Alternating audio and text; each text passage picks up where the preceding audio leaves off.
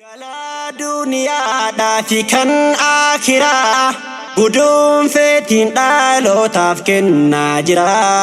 Markaaz Ridwaanullaa madda Qur'aanaa ta'ee kortoo galma keenya ol aanaa. Galaa duniyaadhaa fi kan akhiraa guduun feetiin dhalootaaf kennaa jira.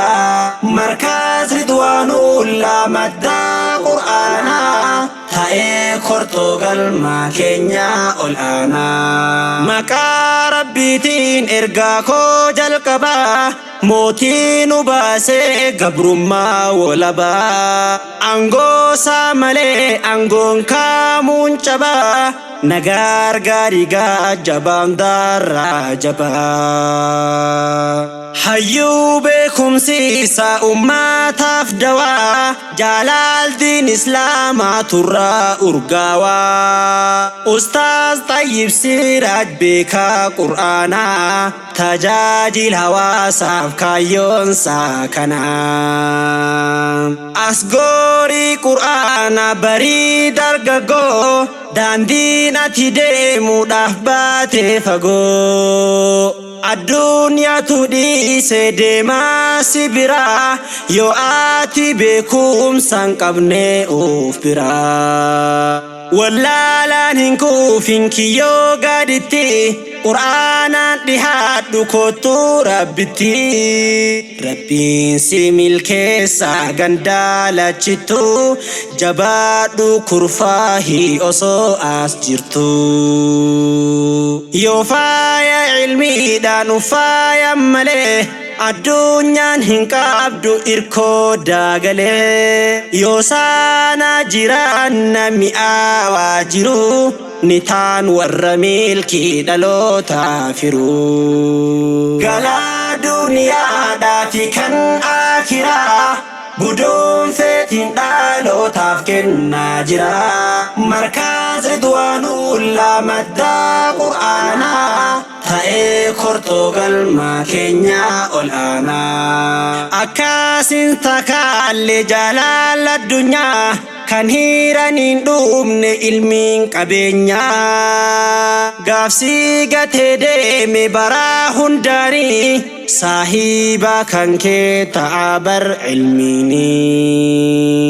Baraadhu qullummaadhaa bar wallaallee akka nama qullaa deemuu jaahilii. Wallaalaan hin beeku daandii ce'umsaa kufee hafaa bar galaan duniyaa keessaa.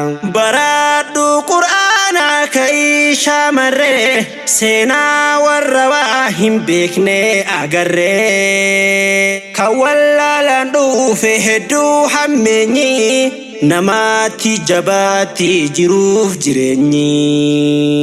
Galaa duniyaadhaa fi kan akhiraa guduun feetiin dhalootaaf kennaa jira. Markaaz Ridwaanullaa madda Qur'aanaa ta'ee kortoo galma keenya ol aanaa. Hubadhu addunyaan akka galaanaa markabni gamaa ce'anii Qur'aanaa. Ijaarachuudhaaf markaba jabaa hundumtuu Qur'aanaa barachuu qaba. Baryoo sanaqaa jeeluu daanditti tasaa hin deeman dukkanaa xiixetti. Beekumsaan daandii itti qajeelu dukkana wallaalaa ilmiin haleelu. Dargaggoo jajjabaa wardiyaa diinii Markaaz Ridwaanullaa shabaab waliini.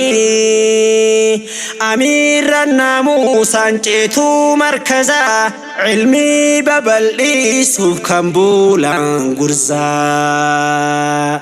Galaataan jiraadhaa raahaaf qananiin mindaa keessan guddaa deebuu Rabbiini. Galaa duniyaadhaa fi kan akhiraa guduun feetiin dhalootaaf kennaa jira.